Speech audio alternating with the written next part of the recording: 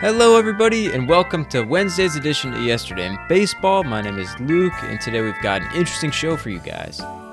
It is October the 22nd and like I said, it's interesting because we have no baseball today, no baseball tomorrow, so we're going to get into some fun stuff here. We're going to go over some World Series news and storylines, do a little bit of end of season grade, get back into that. We got the Pittsburgh Pirates today, so that should be interesting. Then we'll move on and do our top 5 moments from the ALCS and NLCS combined. So that'll be fun. And then, send you on your way. Like I said, no baseball today or tomorrow. Kind of weird. Tomorrow we'll do like a little awards show for you guys, so that'll be fun as well. So without further ado, let's dig into some storylines ahead of the World Series Game 1.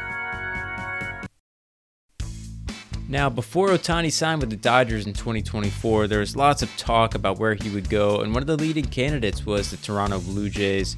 So much so as people were tracking flights from LA to Toronto, suspecting it was him going there. Regardless of that, he was very close to signing with Toronto, and the fans are still a little bit salty about it, and understandable. I mean, if my team was that close to signing Ohtani, I would be kind of bummed out to see that. So we've seen it before with the Dodgers playing there, and I expect to see it again where every at-bat, every time it gets announced, you'll see some serious boos. So that'll be fun to look out for. So if you see Toronto come out on top in the series, I imagine it'll be that much sweeter for them to be like, we don't even need the $700 million man. We can get it done with our Canadian-born $500 million man, Vladimir Guerrero Jr. Because I'm sure if they signed Ohtani there, they wouldn't have the money to sign Guerrero. And, he came up, signed with that system when he was, I think, 16. He's got the roots there. So kind of a little bit Vladdy versus Ohtani here. Now our next storyline is positive news. Bo Bichette is looking like he'll be able to return to the Blue Jays in some capacity for the World Series. He said himself, I don't know how they'll be using me, but I'll be ready. So it seems like it's still kind of up in the air what it's looking like, but it sounds like he'll be ready to go and he'll be more than willing to go out there and put it all on the line for a chance to win the World Series. And lastly, Don Mattingly, who has spent over 40 years in the MLB between playing and coaching, including a 5-year stint managing the Dodgers. He'll get to experience his first World Series as he's the bench coach for the Blue Jays. Very happy for him and, good storyline if they win. Now on to our end of season grades. Today we'll be talking about the Pittsburgh Pirates. We'll start off with some pros and then hit some cons and kind of give this overall score. So starting off, we have their starting pitching. Their pitching core, they were lights out this year. They finished the year with a 3.76 starters ERA, good for the 7th best in baseball.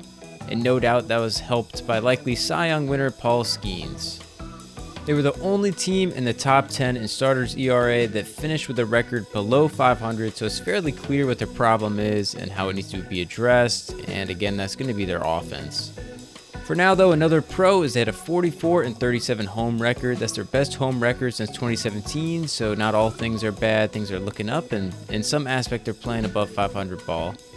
And lastly, they've got a good young core. They have O'Neal Cruz, Nick Gonzalez, Brian Reynolds, who isn't that young himself, but he should be around for a little bit. Then pitching-wise, they have Paul Skeens, Bubba Chandler, Jared Jones, who are all under 25 and projected to be elite starters. So that's the upside for the Pirates. Now let's go to the cons. Again, I talked about their great pitching. Well, on the other side of that coin, like I said, they have a terrible offense. They had the worst offense in baseball with 583 runs.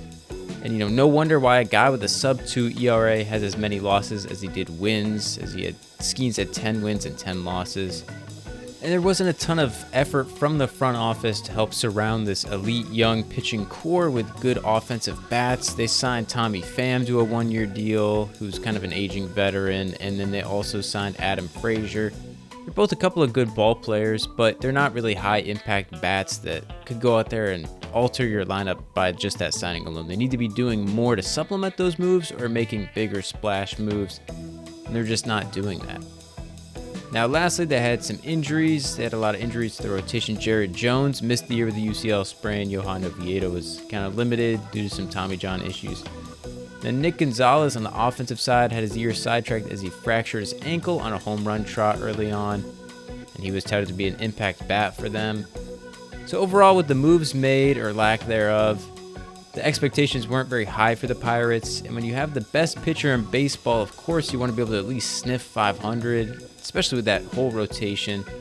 The The injury to Jared Jones definitely was kind of a killer, but they still maintained a great ERA as a whole, and they're looking to improve.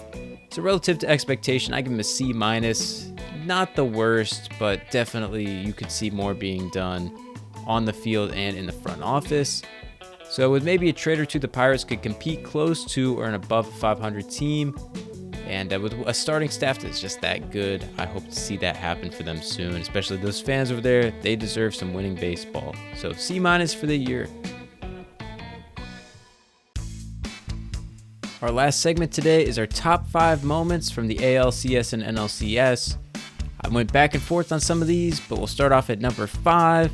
That's going to be the crazy double play in Game 1 that Sal Frelick made. Max Muncy crushed that ball out to center. Frelick ran out, made that leaping deflection, and had the wherewithal to throw it in and caught the Dodgers sleeping to get that double play to escape that jam.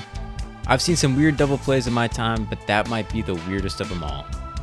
Then at number 4, we have Scherzer's gutsy outing in Game 4. We give that moment where John Schneider is walking out there to pull him out, and Scherzer's pissed off. He does not want to be pulled.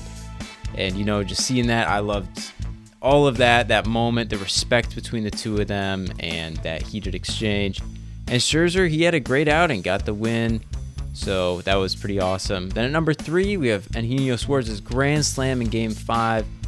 As he crushed that heater opposite field, sending Seattle into a frenzy. Those fans have been waiting so long for a big moment like that to cheer for, and making it further than any team ever in Seattle history. So that was really cool.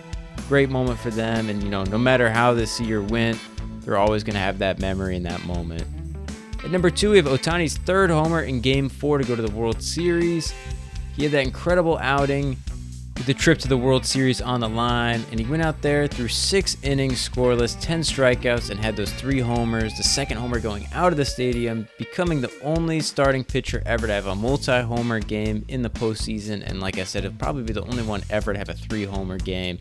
Just utter domination, as good as it can get, complete masterclass from Ohtani, all to send his team to the World Series. And lastly, from the ALCS, we have Game 7, George Springer's 3-run homer to send them to the World Series. That was all it took. Down 2 men on, just looking for a single, but George Springer understood, I can do more than that. He saw Bizzardo the night before, and he crushed one out to left field. Just getting out, but just sending it into a frenzy. Absolutely amazing moment there, and out of all the plays in that series that had the highest percentage in series win probability added, so not only was it, the most electric moment from both the ALCS and NLCS, it also had the highest impact of any other play that we saw between the ALCS and NLCS combined. So that is why he is our number 1 play, number 1 moment from the championship series.